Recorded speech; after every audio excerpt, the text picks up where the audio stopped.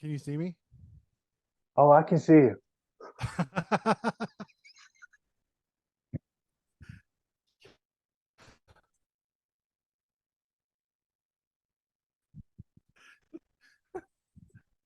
What? Hedwig and the Angry Itch joke? I don't know. Absolutely. Absolutely. Everyone, welcome to a very, very special edition of Independent Artists Unite Song Series. Today, we have the fabulous, the genius, the elusive Mr. James K. Ultra from Pain in the Ass. Hello, hello. How's the audio? Are we cooking here? Does it sound all right? It sounds so fabulous. I mean, I Good. probably sound quite pale in comparison. I just feel comfortable holding a mic for some reason. How did you get the black and white? I'm jealous. I don't You know got Zoom very well at all, so I just messed oh, with the settings for probably 45 minutes before I figured it out. And I was just like, black on white, that feels flattering. Yes, let's do that. it's funny how quickly you go into like doing long hair things. Oh, this is who I am now. I'm in. I'm like dialed in. I somewhere between like Slash and Nikki Six, circa mid 80s. No, I could just be this person, whoever this is now. Well, this I had a friend in high school that had this exact same hair. Actually, it was a little after, yeah, that became the drummer of yeah. Well, he was the drummer of the first band I ever was in. It was called G Spurs. That was after after Grandma's Spurs. He had a grandma who actually had spurs on her boots. That's my kind of lady. Yeah. That's definitely my kind of lady. Yes, I don't think I'm in a good enough light. Can you see my eyebrows? Yeah, I most definitely can. Everything looks clear. I'm under the boiling light of a ring light right now, but it's what works. Well, thank you for finally doing this show.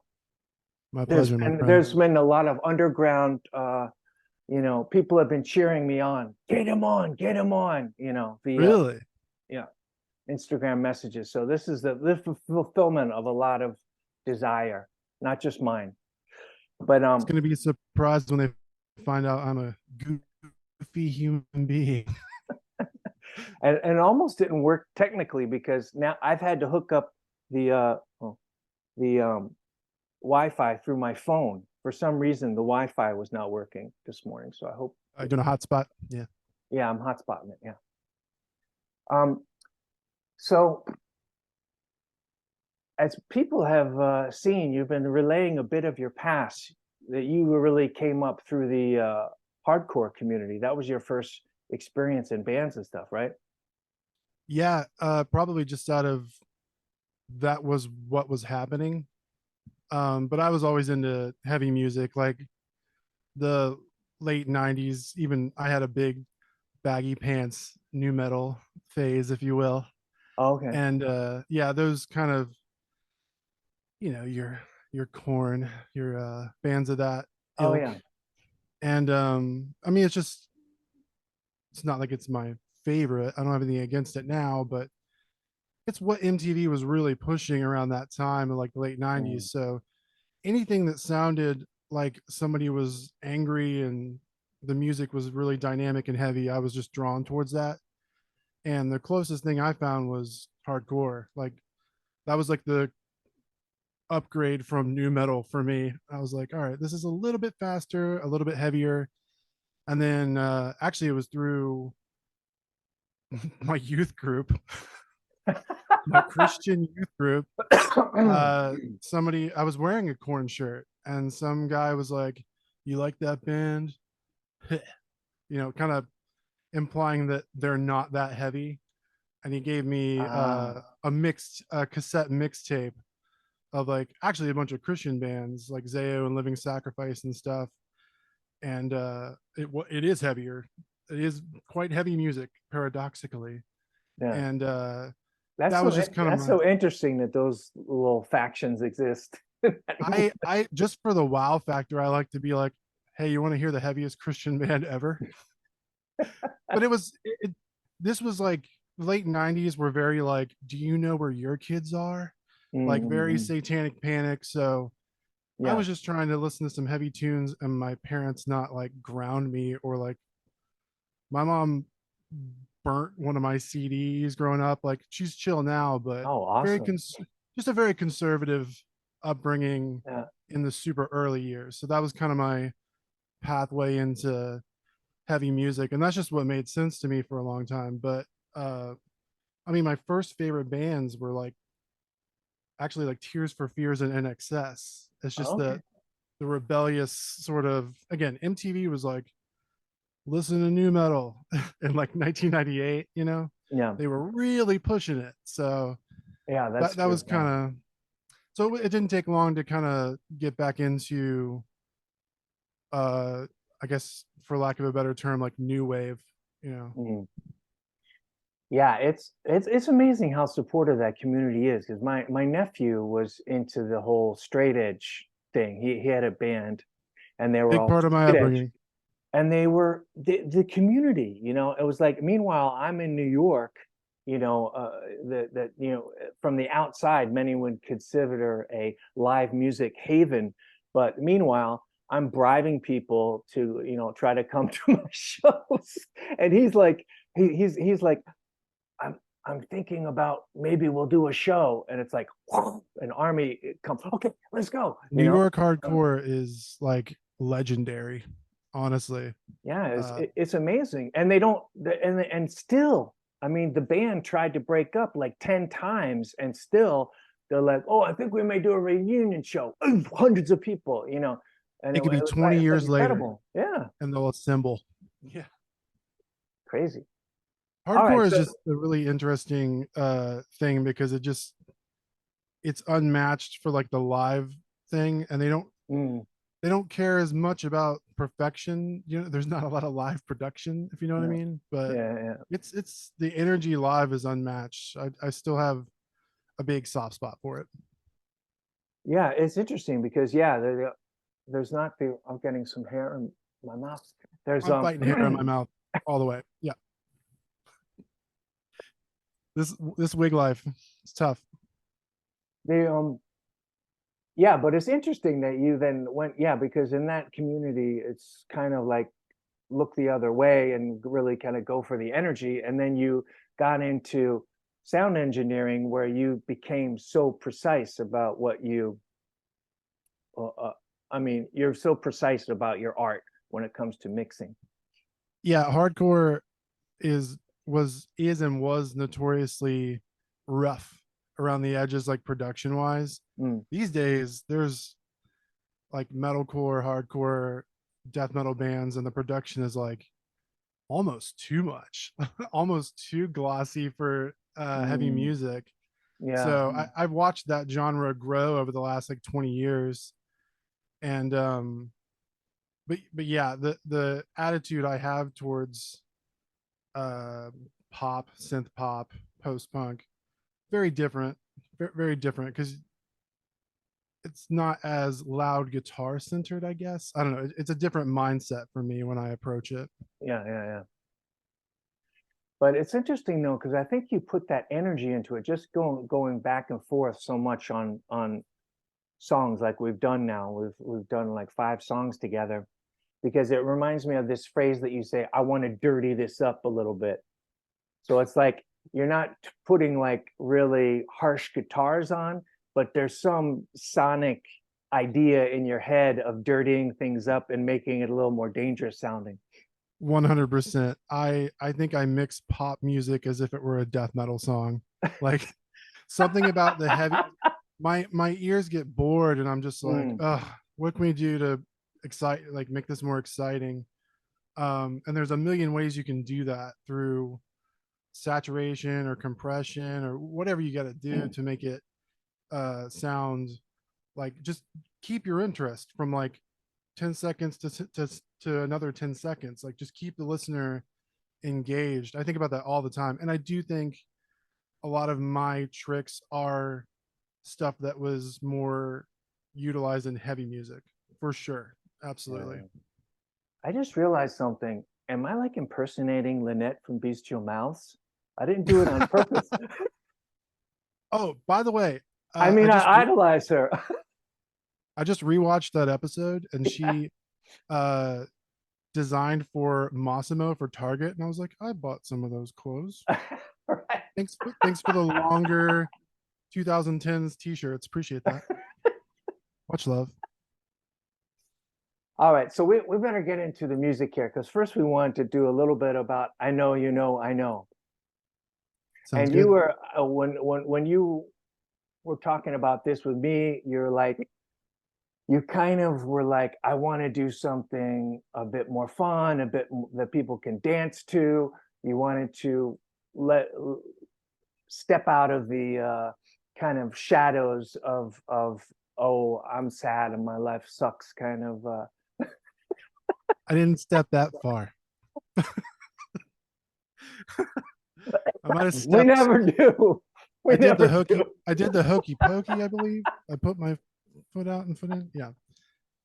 That song was there's in my mind there's two very distinct versions of that song because when I recorded it, I was in a much different mental state than I was when I Mm. mixed it. Oh And yeah. you can change the feeling of a song incredibly dramatically. Like mixing, it's very emotional still. It informs Mm, all of your little tiny decisions. And when I recorded it, I was feeling a little bit more, I guess, vulnerable. I guess that was like the energy that mm, I was doing. yeah. And the rough mix of that song was, it sounded more vulnerable. It sounded more like, I don't know, a New Order song or something like that. Mm, mm, And then I fell ill for a little bit, and I long story short, I have autoimmune issues, and I couldn't walk for a couple months. It was a very rare fluke thing that hopefully will never happen again. mm. But I was just stuck in this bed for 2 months, and mixing music was the only thing that really kept me sane. Wow. And so the attitude of the song, especially with the shape of the chorus, went from everything I want to be to everything. It got really like the mix that I ended up choosing is snarly. It's quite Mm, defiant. It's quite it's an aggressive mix, and I'm proud of it. But the it's the A and B between my initial mix and the final version is just, they couldn't be more different. and And it was was it just because I oh, was it the same vocal performance or did you redo the vocals more aggressively? same vocal performance, but if Okay. I sent you both versions, you would be like, is it the same Wow. one? Because Okay. it just, Yeah. it's way more like gritty. It's just Mm, a very, I find that song to be quite the sonic assault, mm, which mm. was intentional. It's Yeah, yeah. every element of that song is kind of like, you will hear me. Okay. Yeah, And the again, the initial mix of it was yeah, very like, all right, cool dancey song. But I just laid up in my bed. And that yeah. was the one thing that was keeping me going. And I just kept pushing and pushing and pushing. So the mixing stage of that was just very involved for sure. Yeah.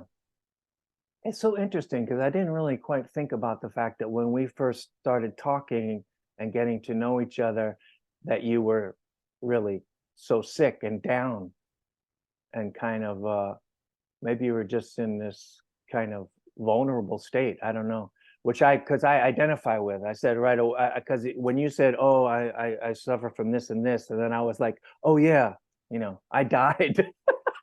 Yeah. Like, oh, bad health bros. Fist Yeah. bump. I it sounds,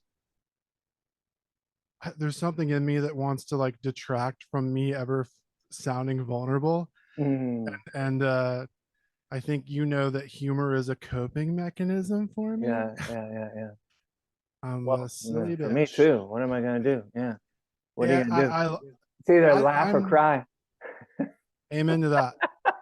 but I really, I'm not a downtrodden person. It, to listen to my music. If I didn't know me, I would be like, Jesus Christ, Yeah. this guy. But like, I'm quite well humored about Mm, life and circumstance. You know, I'm very fortunate in my life, mm. and I don't feel sorry for myself, despite the name of my band. I don't know. I've got a good gig, and like, life throws you curveballs, and I think a lot of times the music is a way for me to just compartmentalize some of the difficult stuff. It's Mm. not. It's. Yeah. I don't want to like give it power, but for me, it's like compartment. I can control this by defining it, Hmm. setting it to a melody, Yeah. and now you're mine. You know, this Yeah. is Yeah. Yeah. brunette labyrinth. David Bowie. You have no power over me. Oh, that's right. Oh, yeah. And I'm kind of like changes Bowie or hunky dory. My favorite Bowie era changes every year. Right now, I'm station to station, like, Oh, yeah. Okay. you know, Yeah. uppers and soul music, just for this year. Well, um this year I also went with a pinky ring. I almost put on my rings because I have a pain in the ass like logo ring that I had made for myself, Oh shit, which nice. is so self Is it like a is it aggrandizing. multi-finger ring? Like one of those? No, it's just a big ring with the logo that I also have tattooed on myself because Oh, reasons. that. Oh yeah, I love that Yeah, Yeah, I love that the logo. sigil. Yeah. Yeah, I was how like, did I was like, how did that come about? Talk about that because that's yeah, I've I've never heard you talk about that, but I see it show up on album covers and stuff. I I like when bands have logos. Like my justification for getting that tattooed on me, I was like, if Henry Rollins can get the Black Flag bars, Oh yeah. I can get. But I will tell you not well known secret about the logo. It is a slight spinoff of the Prince logo. Okay. Like it's Oh it's yeah. quite similar, but if you look at the way it's shaped, I can't really show you right now, but it says PITY, like the letters of the pain in the Yeah, ass. yeah, yeah. And Well, I mean, his is like, isn't his a combination of the male and female symbols? yeah, there's Ish. definitely an element of I that. mean, Yeah, you can't, you know. a little bit of androgyny never hurt nobody. Yeah, Yeah. yeah, yeah, yeah. But I mean, it's, he did, I'm saying he didn't have original source material himself. Exactly. And well, originality is never really a huge. Overrated. I Overrated. We're all parrots. I don't care. I don't care. Like if something's good, I'm like, I would like to also do good things. Thank you. Everybody's a collection of their influences and things that have already been done, and that's okay. Maybe one day, like tens of thousands of years ago, there was just one OG just banging on a rock, and he was like the original music guy. But we're all taking what we like the best from different musical genres and just doing what we can. But yeah, I actually drew Yeah. it on a napkin, the logo, and Okay. I sent it to my friend Norman. I don't know where Norman is these days. Mm. He's a self-professed vampire, great guy, big fan. And I was like, can you make this look like not bad? And he was just like, I don't know, probably. And he sent me back this original logo, which isn't perfectly symmetrical, but I stick with it. I don't know. It's something about it. I just don't touch it. I keep it that Yeah. original design. Yeah. No, yeah. I don't know. It just means something to me. To me when I see it, it means don't quit. Just don't quit. Yeah. Just Yeah. don't stop. You well, speaking of parrot, and we're all influenced with something, because I think about the fact when we first started talking, um, I was like such a fan of yours. Like now I can't even remember. I wish I had a better memory sometimes. I think it was I want to say it was mostly Cocoon. Yeah, it was, but I don't know how I first heard Cocoon. Probably me posting It about it was, incessantly. yeah, yeah, maybe. Well, yeah, because I follow hashtags, some hashtags I followed, so maybe you popped up that way. But I thought maybe it was on a I thought playlist we or had something. mutual friends Oh somehow, yeah, but maybe, yeah, yeah, yeah. Well, maybe I'm not Tokyo sure. Teens. That's the first time I've heard. It's very I possible. heard Tokyo Teens, yeah. Yeah. But yeah, first heard Cocoon, and then it's like it isn't. It hasn't happened to me. I have to say, it hasn't happened to me till like since like David Bowie. I have to say, when I was a kid, where I kept diving into more and more songs, and I just loved every one. And even ones where I felt like, okay, I like it, but it's not my favorite one, had came around and grabbed me from behind of the pain in the ass songs. And I just loved, I was like such a fan. And then when I saw you put up this message, hey, I should remix your next song, you just put it in stories out to everyone. I was like, is he talking to me? That was a big move for me because it's, I mean, I wouldn't, getting started being a mixing engineer is tricky because, especially if you generally work in a niche genre, Mm. I wouldn't say that musicians are the most financially stable people on the planet. So it's like Oh, really? trying to get, really?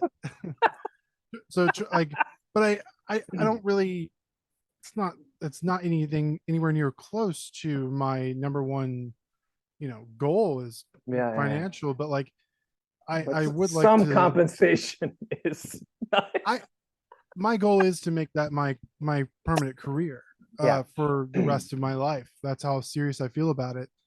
But I really just wanted to work on other people's stuff, and Mm, like as much as I think I have a serviceable voice, it'd be great not to hear me coming back at me in these speakers right here. mm, Sometimes it's just, yeah, well, I know all of my tricks.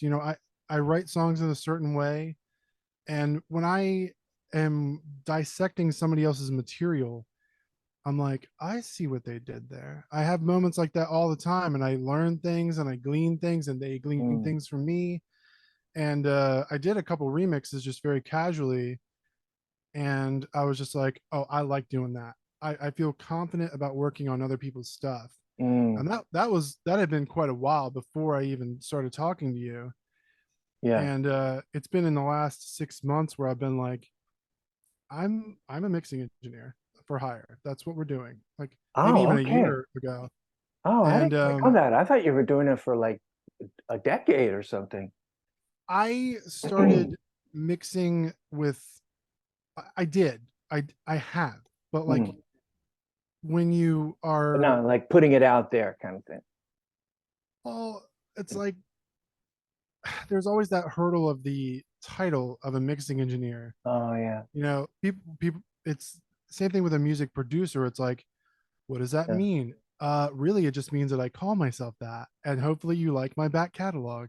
There's no credentials. You don't really, like, you can go to school, yes, but most people don't. And Yeah, well, I I just noticed you don't want to call yourself a producer. I kind of sense that from I you, but am I think you're a producer. I am a producer for sure, 100%. But my expertise and like where I really threw myself into is actual audio Mixing. Yeah, engineering, yeah, that's true mixing. because that's a different thing. Yeah. Yeah, ideally you produce first and then you mix second. But I mean, even when I mix songs for other people, I'm producing. I'm Yeah, at yeah. least putting some like flavor, with their permission, and Yeah, that's what getting I was trying to say to you. Yeah, I was like, well, you're producing this. Yeah, it's a tomato thing to a certain yeah, degree. yeah, But I generally have all the source material that I'm going to need, and then I'm occasionally making the line between mixing decision and producer decision gets kind of blurry, and I just don't really worry about it. But yeah, I've been recording for a really really long time, and working with for a long time with very rudimentary bottom of the barrel gear, mm, and that was a rough period for me. But it also it made it so that I can work with a wide array of recording, like a wide array of file types and sounds and Oh like, yeah, yeah. I'm very DIY friendly. I think you can, if something isn't recorded in a top of, top dollar studio, I don't think it matters. I think you just got to honor the material and find a tone that works for it.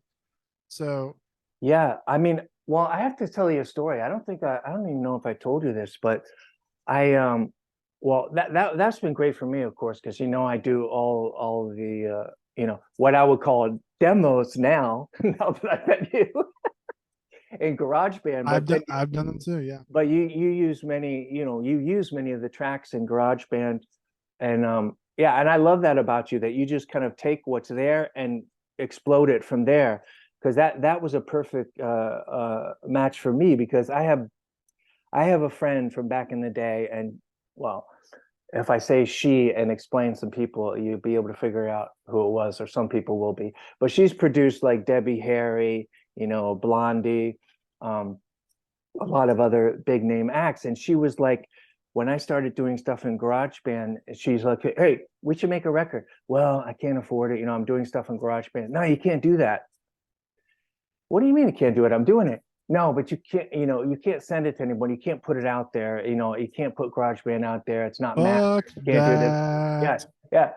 yeah. And so I made it my personal mission. This she really got under my skin. I'm like, I'm gonna squeeze everything out of GarageBand That's I so possibly can. And yeah, that's and so old school of a mentality. yeah, Things well, have, she's got a studio. She's got a studio. So she's trying to well put then, people into her studio yes. in So it's upstate New like York. that makes sense, but like we live in the era of the bedroom producer, I know. Wake up. and This is it's it, man. power. It's power. Like Yeah. I think about what I would try to accomplish like 15 years ago with, I don't know, anything really. Like at Mm. home, get out of town. It was almost impossible to get anything close to decent. I I wish I had some more expensive microphones. Mm. I wish I had some beautiful like vintage Vox guitar amplifier right over here. Uh I wish I had a little bit more hardware, but that is where the list ends, my friend. Mm. I Mhm. got everything I need. I know you can't see it, but Yeah, there's yeah. like there's like 8 synthesizers right here, and then there's a computer that is like, please keep me cool, please don't let me heat up, and a microphone right here, like 3 different condenser mics, this SM58. Mm. I'm good. I'm Yeah. good. I just every once in a while I wish I had, I don't know, with streaming and everything, these like $10,000 mics. Are we really hearing $10,000 worth of sound? I don't know. I don't know. I I don't don't know. get a chance to work with stuff like that. But Yeah. I made it because I was at a disadvantage financially.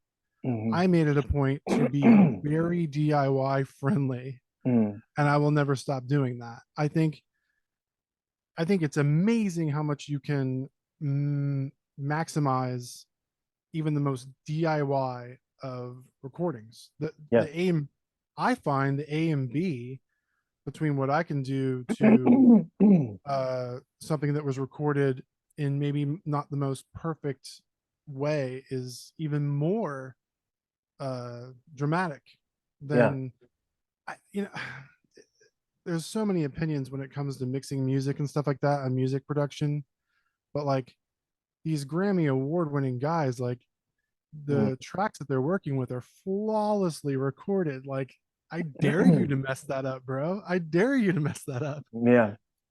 Everything already sounds pretty golden. Whereas I think there's something really special about Yeah. Maybe finding that's a a. drawback. Yeah. I mean, don't get me wrong. I like really good sounding recordings, but yeah, there's that rough around the edges danger Mm. Yeah. that more DIY production has, Yeah. and I have and always will have a taste for it. Yeah. Well, I said, I mean, my argument with her was like, because she's will call herself a punk rocker, and I'm like, you call yourself a punk rocker and you're trying to get people into your studio and pay these ridiculous prices, and I'm doing this stuff at home. That's punk rock. So I think like the mentality of punk rock was, oh, I can play a guitar too, you know, and so I think it's very inspiring. I think it's like the new punk rock is this do-it-yourself thing where and such beautiful music's coming out of it. I mean, again and again and again on this show, I find that people had this experience during COVID, started writing their own stuff, started I buckled experimenting. down. Oh yeah, it's like let I me just buckled see down what in I can do. COVID.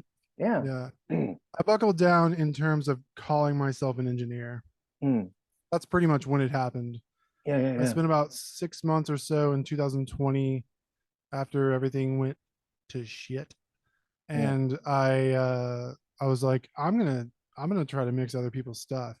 I mean, I had done it a couple times, but the last 2 years, like my output for, you know, working on other people's material is like a few yeah, dozen projects at this point, which is crazy to think about. Like it's been a whirlwind of a couple years for that. Like I used to like put out like you said, like I used to put out messages like, hey, I would really like to do some work, somebody. And then now it's like email, email, email. Like I'm not trying to brag here, but like it got to a point where like I I'm not like booked out into the future, but like yeah. I always have something cool in the works, even if it's not mine. Mm. And Oh, so happy. Yeah. that's the goal. Like I just I like working on other people's stuff more than my own stuff.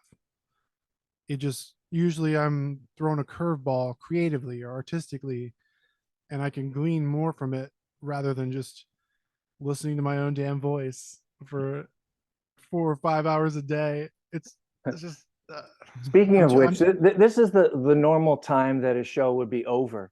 So, well, soon we're oh gonna switch. wow, whatever you want to do, buddy. I know I just need to keep my eye on it because I want to switch to Alien. I want to talk about Alien. But Let's do that.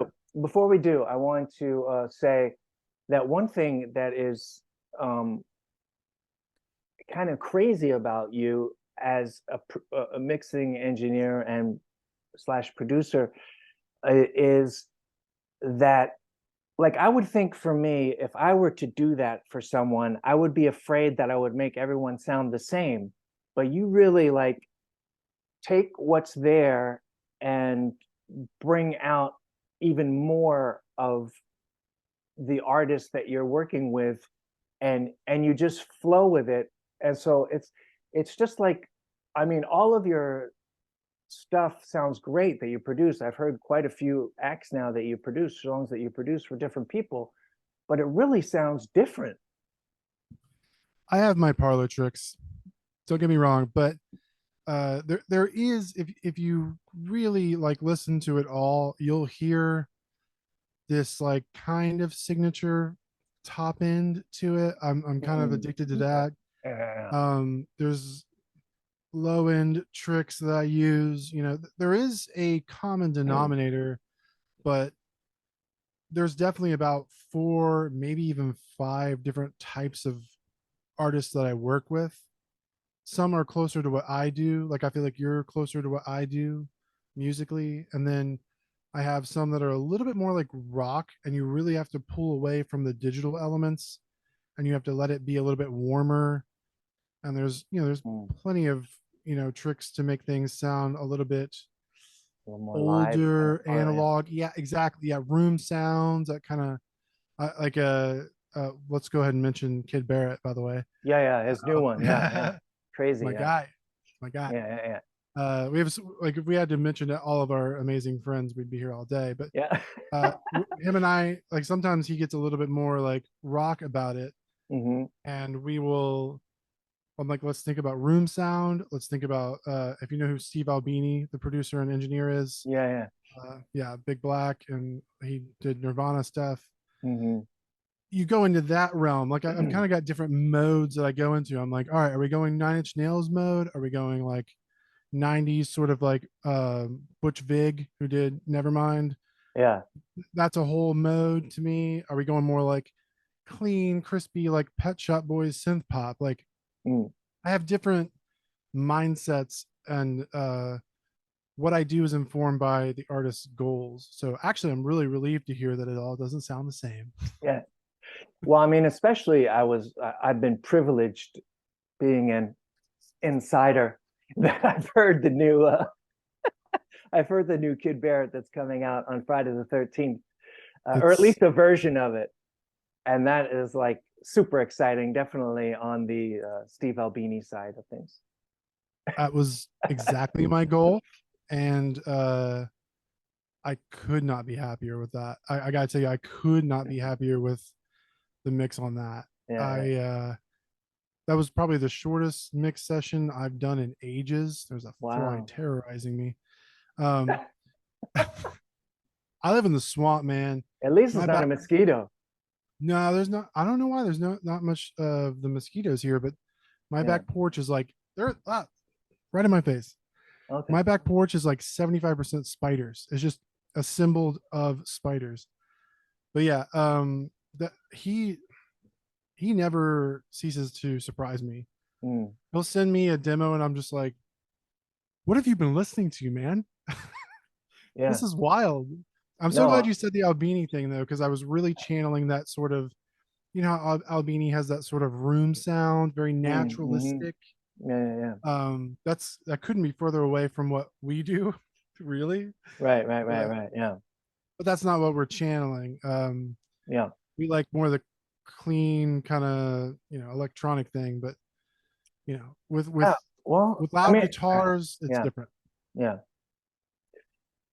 Well, it's interesting because it was like it's funny when we met, and I was like, what aligned because like if you well, I know you did because um you've also taken on this challenge of going back and remastering some of my older songs.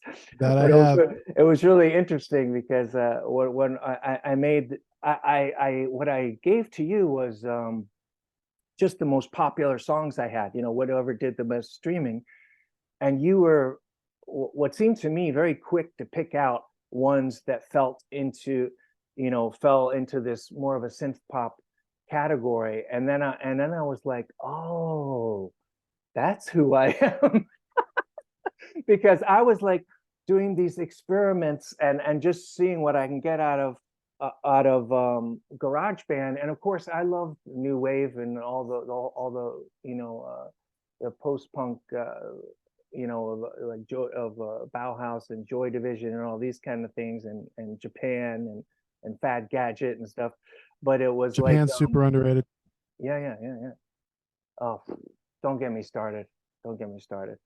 I Yeah. get so angry with Japan, with Duran Duran and Japan. I feel like every time Duran Duran steps on stage, they should say, "We just want to thank Japan again." David Stiller. Yes. Thank you so much for coming. art Thank you, art David school Stiller. new wave. I call it art school new wave. It's like they're kind of mainstream, but they're just beyond what people know. You Mm, know, even Duran Duran to a certain degree, people know like two songs. yeah, But that's true. Japan Yeah, is just sorely underrated, in my opinion. yeah, Great yeah. band. Even some of the deeper Flock of Seagulls stuff, man. Mm. Just saying, they got that's a whole conversation. Yeah, yeah, yeah, yeah, yeah, But yeah. yeah, Mm, as per yeah. your back catalog, I think when I'm trying to work on somebody's material, it helps to have something that showcases or maybe even like commodifies Mm, the musical idea of the artist. You know, yeah, that's why yeah, yeah, yeah, singles work. yeah. Here's a more digestible version of what I do so that Yeah. solely so that you can digest my more um Esoteric things, and yeah. exactly, and that's what I try to do with my music, but then I've Mm. been just writing very chorus heavy synth pop songs for like 2 years, but Well, I I have know, and that's had an effect on me too, because when I started listening to your stuff, because what your introduction to me was the Young Lovers, and with that was like not really representative of what I had done up to that point. I really thought, oh, I'm gonna really do this arpeggio synth thing. I really would like, and I realized ARP synths. ARP synths, yeah, ARP, yeah, That's arpeggio, yeah, how to sound like pain in the ass. yeah, ARP synths. yeah. Well, it also is just happens to be something that can still sound very good in a lo-fi production environment, Big and time. vocals sit so nicely over it. So I kind of ended up there just in a way to, you know, kind of um, up the overall sonic feel of what I was doing. It's And instant dynamics. yeah. And so I was doing that Young Lover song, and then and also listening to so many things that you did, and I think it really affected me. Like you talking about like taking on others, um, you know, kind of sensibilities or being influenced by people. And I think I was really influenced from, you know, Cocoon on down, working my way through your um, catalog. And then when you did the remix of Young Lovers, um, we were talking back and forth, and I was so excited about it one night. And I said, you know, I was feeling, you know, I had my dopamine levels were such that I could say to you, you know, I'm fucked now. Now you have to produce everything that I do from here on forward. And You I was said that absolutely, almost verbatim. yeah. And I was absolutely serious. And you were like, fuck yeah, let's go. And I was like, this is a dream come true. And I got off the phone with you, and I was so electric and so inspired that I immediately started working on what became Alien.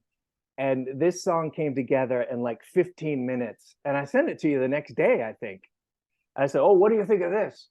The And speed at which you work, the speed at which you work never ceases to amaze me. I'm a slowpoke, man. I if I can squeeze out a song like in a month, I'm just like, I've done it. Meanwhile, you well, you know, I push come to credit shove. I credit my dying and coming back to life. there's, I might there's put a little fire under your there's ass. nothing that puts a fire under your ass like dying and coming back to life. You think, okay, let's go. Not quite the same for me, but like just autoimmune stuff. You're just like, well, if we're gonna do it, should probably go ahead and get this in there. Like By it the way, just are you drinking coffee at this hour, or is that hard cider in a coffee mug? literally water. Oh, sorry, I didn't have a microphone. This is literally just water. I just I get sort of I get dehydrated because I consume so much caffeine, Oh yeah. and then my voice starts to sound like froggy, just kind of. Yeah, but this is the second time I've done this. If people don't know, I'm in Copenhagen in the morning in Denmark. I'm going to you in the backwoods of 1:45 Virginia. a.m. over here. Yeah, the backwoods of Virginia. Yeah, 1:45 a.m. Quite Yeah. literally the backwoods.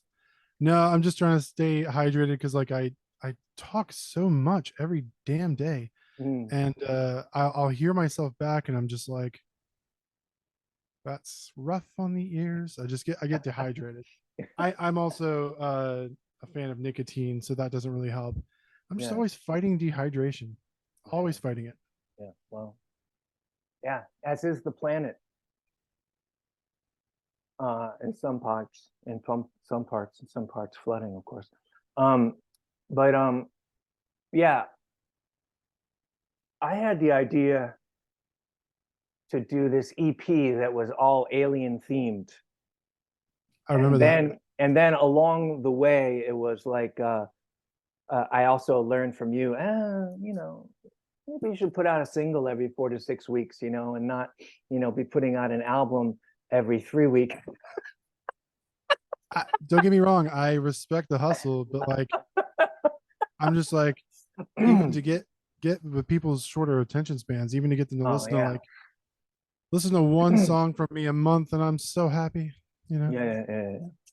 No, but I really enjoyed this because too, I've learned so much about promotion from you. So I'm into this mode of like doing a single, like we're doing now. Now we go into some promo on Alien that just came out yesterday. If nobody's heard Just Alien, FYI. Just FYI, FYI. and it really holds up to repeated listens. Quite good. It's quite good. If you Um, add it to 7 playlists, you yeah. get good luck for the rest of your life, I heard. Um, but yeah, it was, and then I was like, you know, I know what I was gonna do. I was gonna go back and listen to the original demo of Alien, which I didn't do Ooh, I'd before like to hear this. that.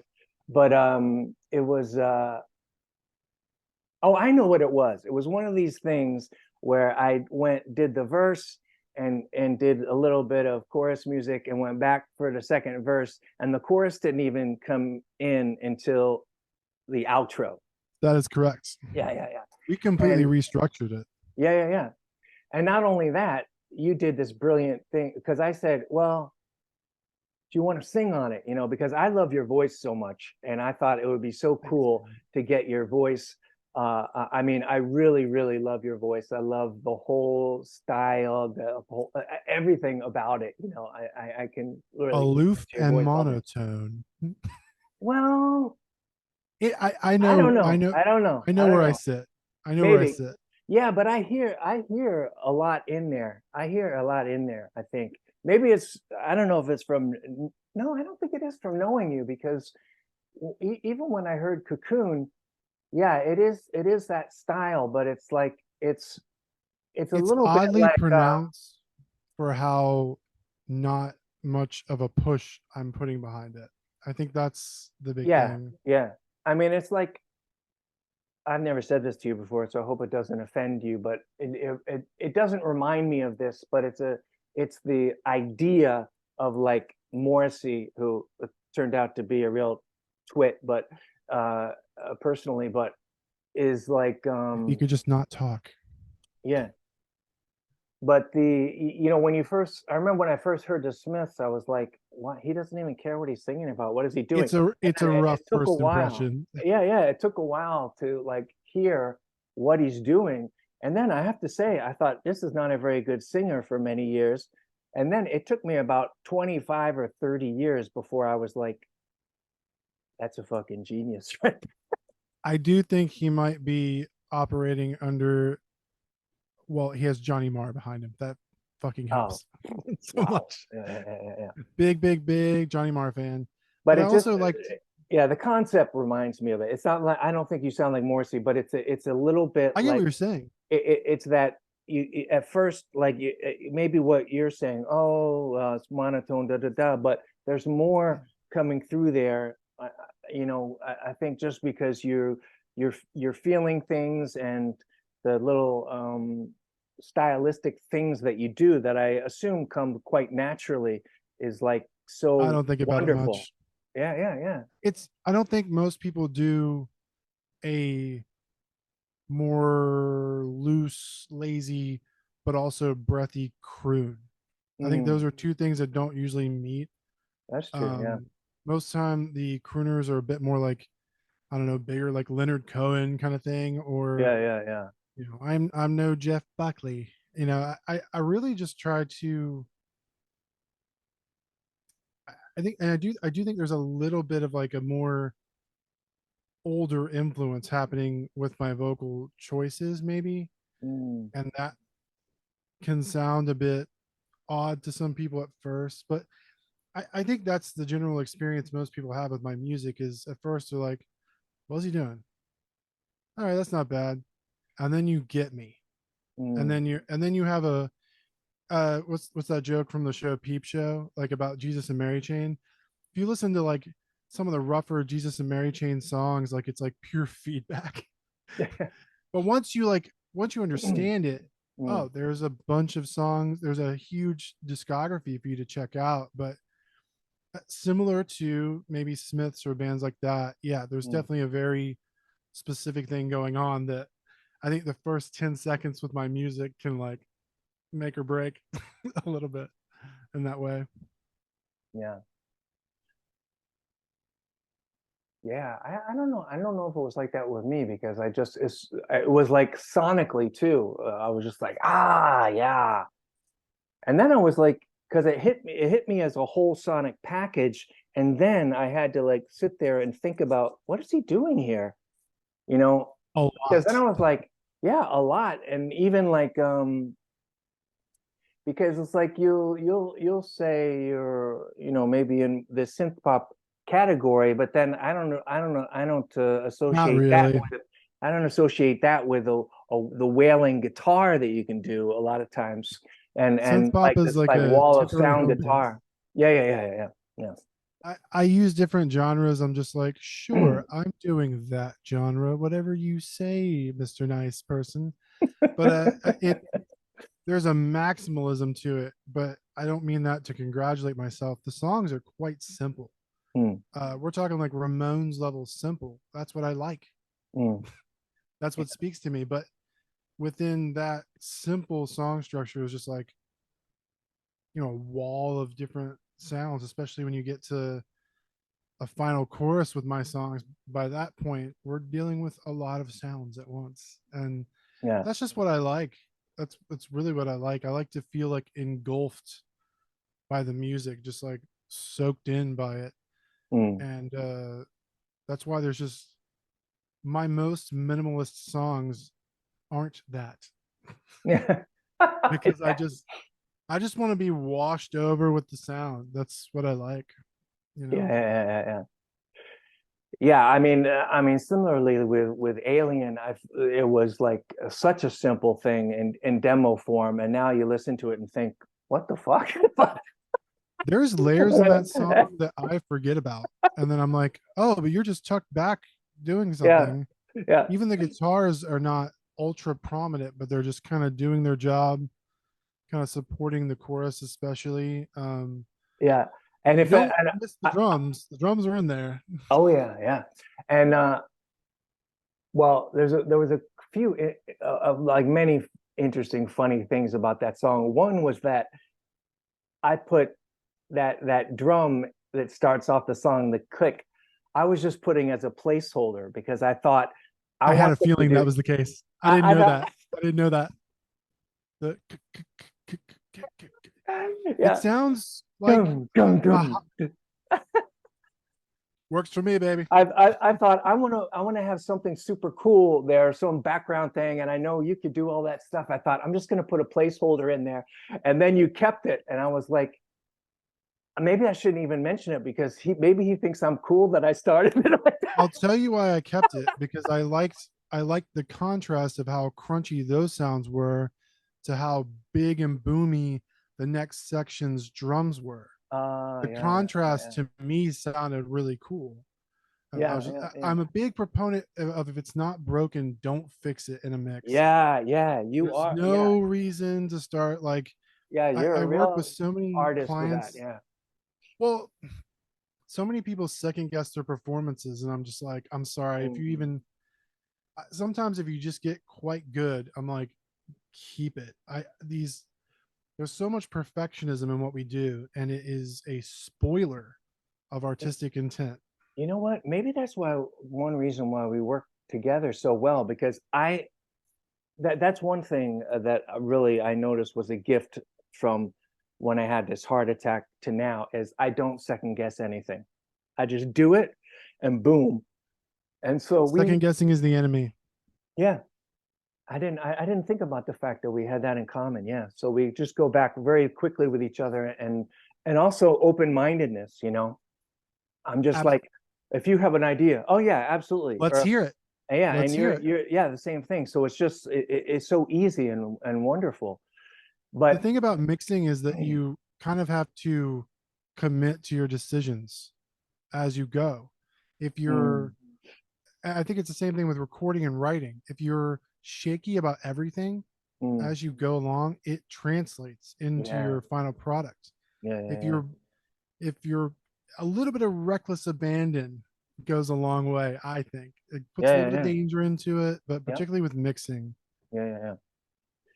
Um, but I want to get back to the structure of Alien. So it was this thing with the chorus all the way to the end, and I said, I'd love it if you sang on it. And what I was thinking is that because my chorus that I originally had on it had a harmony to it, and I was thinking in my head, let me try to get James to sing one of those harmonies, and then I sent it to you. I mean, and the open-mindedness comes in handy here, because what you did is write a whole nother chorus over my chorus. And you I've came heard up. some. I don't consider what I do a chorus personally. I consider it a pre-chorus, Oh, but really? who Okay. cares? Whatever, whatever. Well, what's I the chorus? I there don't are even know what the songs with chorus. two Okay. choruses. Yeah, yeah, yeah. That's a thing. Yeah, yeah, But yeah. to me, I was just I don't revving know. up what I you were don't even about know to what do. a. Okay, yeah. I don't even know what a pre-chorus is at this point. But Uh, because it's then like a we stack bridge it for a all on each phrase. other. That's the thing. So it's like maybe it's a pre-chorus and then it turns into a coda or whatever. I don't know. I'll really sign on the dotted line that what I do is a pre-chorus A pre-chorus. Okay. until the final chorus, in which But we're both like hammering both parts. But who cares? I don't. I try to remember where I was mentally when I wrote that part, but you had a little space of yeah, about like maybe 8 bars, and I was just like, well, what do I got? And yeah. it was the first thing that came to my mind. I was just listening to what you were saying in the lyrics, and that was my second take. My second take. I did one, and Wow. I was just like, eh. Did another one. I was just like, huh? And Well, I was do just like, let me just. my that's all first take for me on Alien. That's Oh, literally all first I'm take. not. I'm. You're a machine. You really are. I. Huh. I just have to be. We've talked about this before, but I have to be in like a mood. I have to be like really I am. feeling kind of the swagger has to take over, and I have to. Some days I sound like I'm just saying the words of the song. I'm like, that's not really singing. Yeah.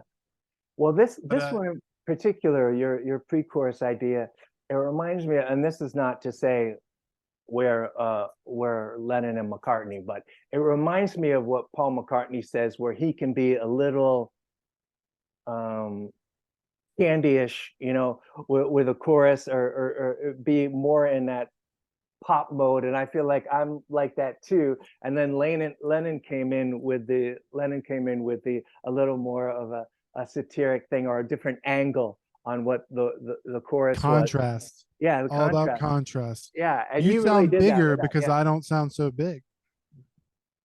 Oh yeah, that's true. Yeah, yeah, yeah. I mean, but that's But mixing and it's a writing. thematic thing too, where I'm like, and you're like, you You're you also you're lion face. I'm lemon face. yeah, We're yeah, in yeah. theater school. And Lion face. you had Rawr. this the lyric which you also wrote, you wrote this lyric, just yeah. Now I'm spacing it, but It don't take happened me very anywhere but quickly. home, right? It's like, don't just Just take take me me anywhere but anywhere but home. I home. don't want I to don't go want to back go down to back earth. to earth. Yeah, yeah. I And did that just first set the draft. whole idea, it just set the whole idea on its head a little bit.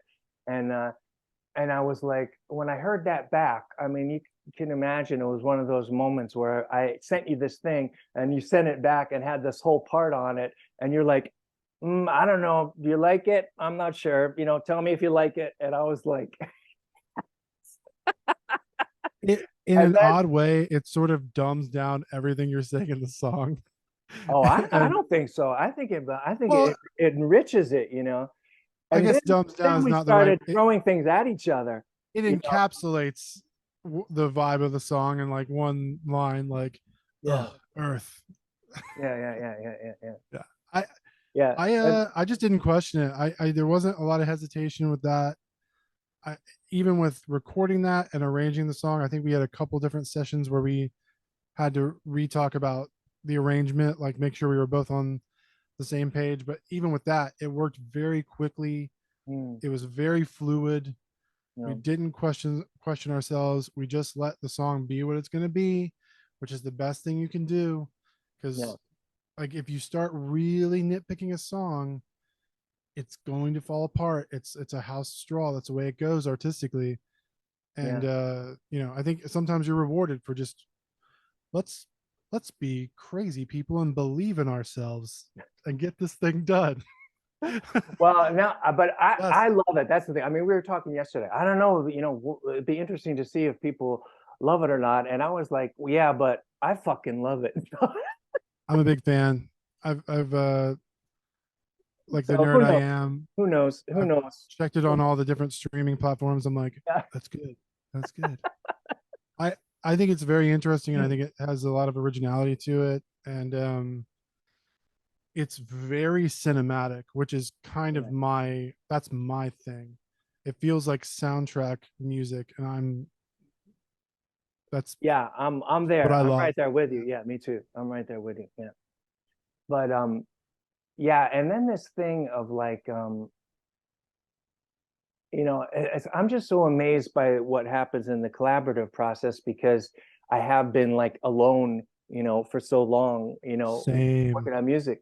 And it's like, it's so fun to have an idea, send it, and these ideas going back and forth. And then, because also you're also trying to impress each other a bit, and so you're kind of at your best. And It's like it's being a like, teammate, man. yeah, yeah, yeah. It's Like really being a like, teammate. yeah, It I feels just very totally healthy love it. though. Yeah. It's energizing. Okay, now we're at an hour. I don't know if anybody's still Kid Barrett's still watching. Thank you, man. Love you. I mean, we can always cut it down if need be. I don't know. No, Hour's no, not I wrote that I bad. hit record and that's it. I never edit these. I never edit That's these. good. Yeah. Well, Hour's not what that should we bad. talk? Well, from here, you're also you were talking about a Friday the 13th release. Are you gonna stick to, or are you going for the 20th? Gonna go for the 20th. 20th. All right. Most likely I will not tell anybody. Well, I was about to contradict myself. Um, Well, you're going for a Halloween release of some kind. Spooky Disco. That's all I'm giving you, you Okay, people. spooky disco, spooky Spooky disco. Disco, Okay. All right. which like after I know you know I know, which is like to me like I guess for some people maybe that song isn't so like pummeling. But I want to do something that's a little bit more of this Mm, and a little bit less this. okay. Because that song mixing it was like just you know it mixing more aggressive songs is obviously a little bit more sonically fatiguing. I'm incredibly proud of that song. Now that I've had like a little bit of break from it and I listen back to it, I'm so proud of it. But And is your most streamed song ever, right? It's not like ever. oh, it's not? Uh, What goes? about third on Spotify. Oh, really? All I Need Is Your Blood has been like number one for ages because it got picked up by Spotify in like Oh, 2019. Yeah. Former Terraformer, I think, is number two. it's Yeah. so weird when Spotify does that because why doesn't it show that on your it says Oh, it does. popular, most popular? Not yeah, popular is different, but for actual streams, like All I Need Yeah. Is Your Blood has like 25K or something crazy. Like it's absurd. Oh, I know, but why not like when you go to Pain in the Ass, why not see that listed as number one? Personally, I think that's better that that doesn't happen because you can see Okay. what people are listening to now, so that your more Okay. popular releases will get a little bit more of like a fair shake. Okay, maybe that's it. Yeah. We both know what it's like to try to analyze the inner Wow. workings of Yeah, yeah. Spotify, right? No. You know, Yeah. Yeah.